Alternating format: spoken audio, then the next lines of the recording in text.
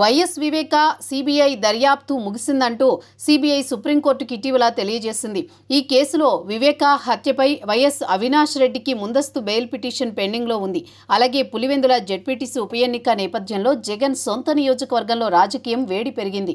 ఈ నేపథ్యంలో వైఎస్ వివేకానందరెడ్డి కుమార్తె సునీత కడప ఎస్పీతో భేటీ అత్యంత ప్రాధాన్యం సంతరించుకుంది. పులివెందుల జెడ్పీటీసీ ఉప ఎన్నిక నేపథ్యంలో 2 రోజులుగా జరుగుతున్న సంఘటనలు చూస్తుంటే తన తండ్రి వివేక హత్య గుర్తుకు వస్తోందన్నారు.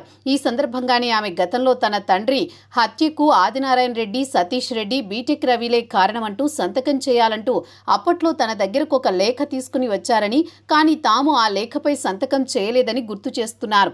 ఇదే విషయాన్ని సునీత ఎస్పీకి తెలిపారు. అలాగే తన తండ్రి మృతదేహం రక్తపు మడుగులో పడి ఉంటే గుండెపోటు అని చెప్పారని, ఆ తర్వాత తెలుగుదేశం నేతలు హత్య చేశారంటూ కథనాలు వండివార్చారని, స్థానిక పోలీసులను బెదిరించి క్రైమ్ సీన్ను ట్యాంపర్ చేసి మార్చేశారని సునీత పేర్కొన్నారు.